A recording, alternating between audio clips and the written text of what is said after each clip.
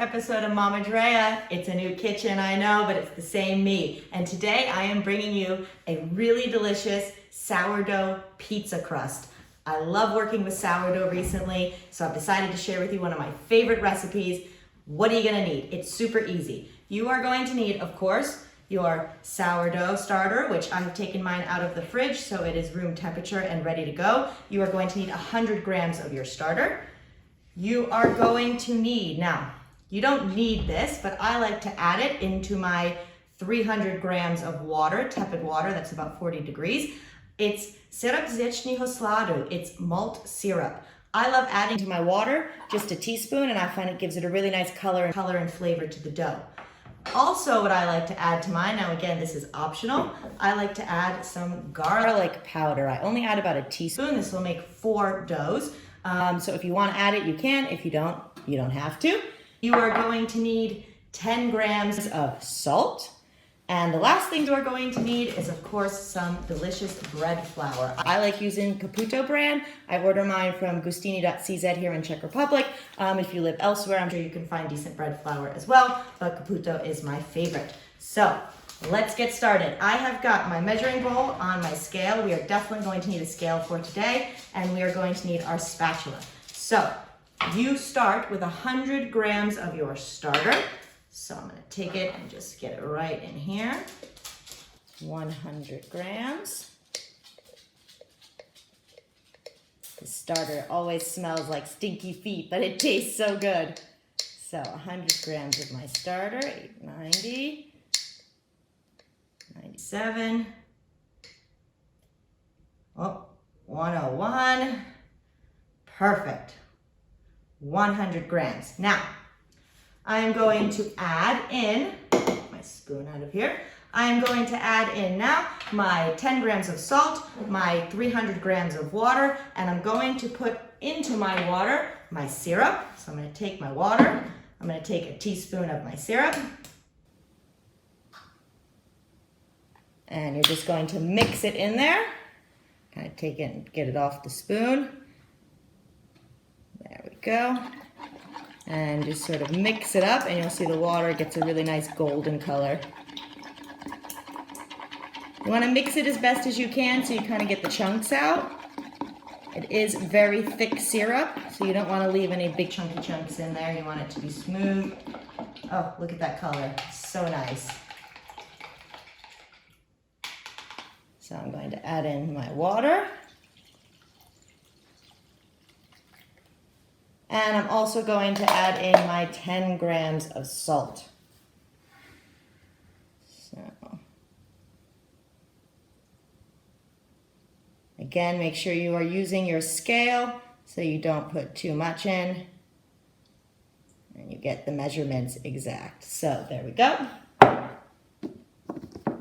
And I'm going to add in now also my garlic powder. Mix that up.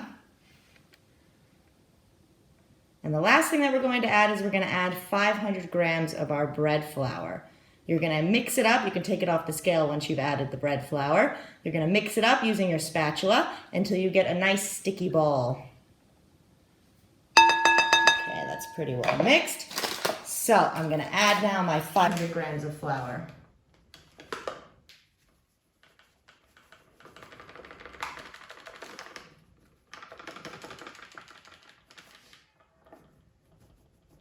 Almost. Perfect. So I'm going to take it off of my scale now. I can turn that off. Move that out of the way. And I'm going to use my spatula now, and I'm just going to mix it all in there. So in here you've got your starter, your water, your syrup if you want to add it, your garlic powder if you want to add it, and your salt. And you're going to make a nice sticky ball from this. Make sure you get your spatula and kind of go under so you're getting all of that water and starter from the bottom. Perfect. Now, once you have your sticky ball, you're gonna cover it and you're gonna let it rest for 30 minutes. And then we're gonna do folding. We're gonna fold it 4 times at 30-minute intervals, and we're gonna cover it in between. Then after our 4 folds at 30-minute intervals, we're gonna let it rest for about 6 hours. You're gonna cover it, and I like to use a little piece of tape that I put on the bowl to see where it is, and you want it to rise about half. You don't want it to double too much. You don't want it to get too big, so you want to rise about half bigger what it was, almost doubling, and then you're gonna go ahead and put it in the fridge after you divide it into your doughs. So, I've got my sticky ball. You see, everything's there. Kind of take everything from the bottom, stick it in there. Oops, don't throw your dough all over the counter. Now I'm just gonna cover it, and we'll check back in half an hour and do our first fold. See you guys soon.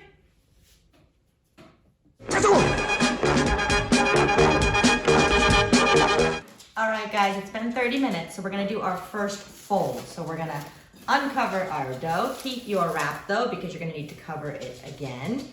Now, when folding your dough, you wanna be very careful not to break it, all right? So I usually start on the left side, doesn't matter which side you start on. It's also a little bit better if you get your hands a little bit wet, not dripping wet, but just a little wet so the dough will slide off a bit easier. So I'm gonna go and I'm gonna scoop the dough up. I'm gonna pull it from one side and fold it over to the other. Then I'm gonna pull it up and fold it over to the other side. Pull it up and fold it over. I'm gonna do one more time. Pull it up and fold it over. That's it. Now we're gonna leave it, we're gonna cover it again, we're gonna leave it for 30 minutes, and then we're gonna do that again. And you will notice, as you keep stretching and folding the dough, that it will get sort of stretchier, it'll get easier to fold it as the time goes. So just be careful with your first fold, pull it up, fold it over, rotate, pull it up, fold it over, and then cover it and set your timer. I love my little pineapple timer. Set your timer back to 30 minutes, and then you're gonna do that again. So you're gonna do it a total of 4 times. So we've just done our first one. We're gonna come back and do it 3 more times. See you guys soon.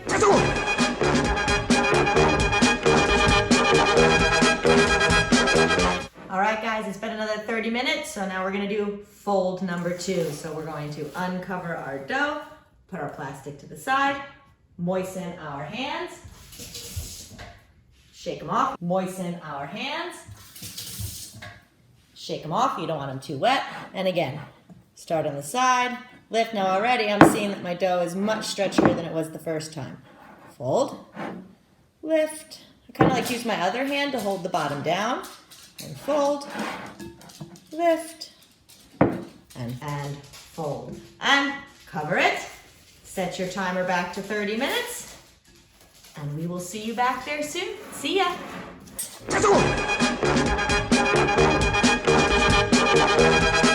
Alright guys, fold number 3. You know what to do by now. Moist hands, and let's go.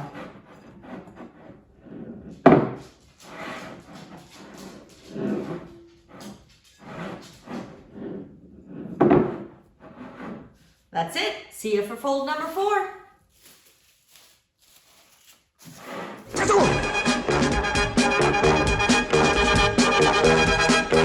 All right, guys, last 30 minutes, so last fold. And then we're gonna let it sit for about 6 hours until it gets to about a half the size bigger or up to double, but you don't want it to go over doubling. So we're gonna moisten our hands. We're gonna fold one more time. So this is our 4th fold. So 1, 2, 3, and 4. Now I'm gonna kind of spread it out a little bit so it's as flat as possible. You don't want to push it down too much. I'm gonna cover it. Nice and tight. And then I got a little piece of tape here. What I'm gonna do is I'm gonna kind of put the tape so the top of it comes to where the top of the dough is. So about here. And this is gonna act as a marker for me to see how much the dough grows, because I don't, again, want it to grow over doubling. So you're gonna leave it someplace warm-ish for up to 6 hours, sometimes even longer, it depends on the temperature. Then we're gonna check back in, we're gonna divide it into our 4 doughs, we're gonna put them into containers, and pop it in the fridge. So see you guys in a couple hours.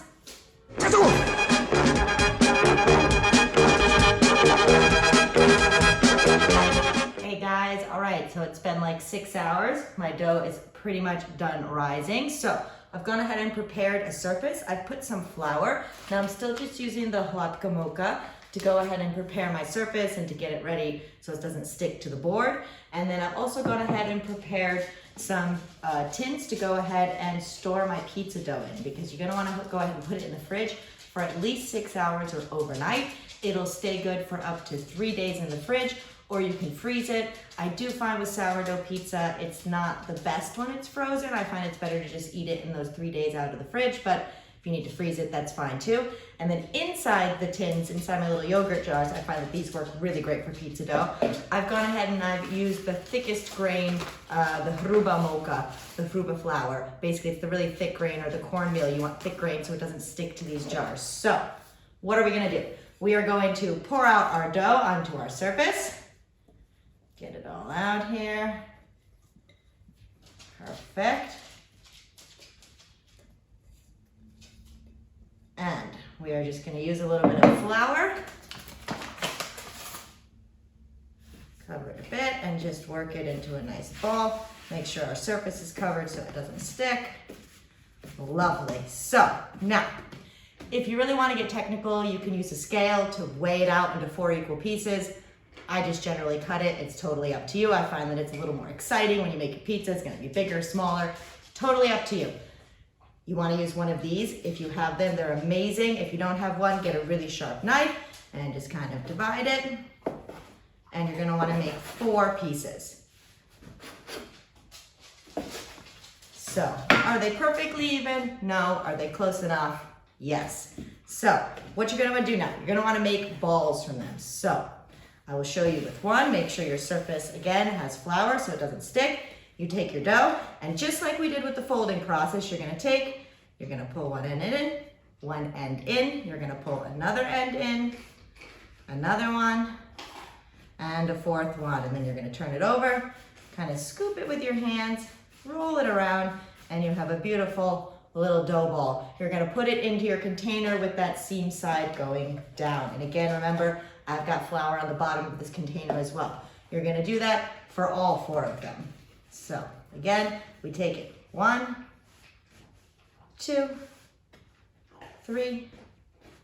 Try again not to rip your dough. 4, turn it around, and I kind of just make a cup with my hand and circle it around. Pick it up gently like a little baby dough ball, and you're gonna wanna go ahead and put it into your container and put it to the side and go on to the next one. Now, when it comes time to actually bake your dough, what are you gonna wanna do? You're gonna wanna take it out of the fridge an hour before you wanna go ahead and make it. You're gonna preheat your oven to 270 or even 280 if your oven will go that high. You're gonna put your pizza pan into the oven if you have one. Then after your hour, I find with this dough, rolling it out really isn't the best way. You just kinda wanna stretch it and help it kind of make the shape. Doesn't have to be perfect. If you can really toss it up, do that. I'm not a professional. I just kind of stretch it out and make a circular shape. I prepare a baking sheet, and again, I use my hruba mocha, the thicker grain flour on your baking sheet. Baking sheet, stretch out the dough. I put my sauce, I put my toppings, and then I put it onto the preheated pan that's been in the oven getting hot with the oven. So I take it, I put it in there, let it bake for 7 to 10 minutes, again, depending on how hot your oven is. And voila, you have a delicious sourdough pizza. And that is it, guys. It's pretty simple. It is time consuming. It does take hours because you need to sit and wait for it to rise, but the actual work part of it, as you see, is really not that hard. And look at that, voila, we are finished. So you're gonna want to go ahead and cover these, pop them in the fridge for at least 6 hours, and take them out an hour before you want to bake them. That's it, guys. So enjoy your sourdough pizza. Hope to see you next time. Bye.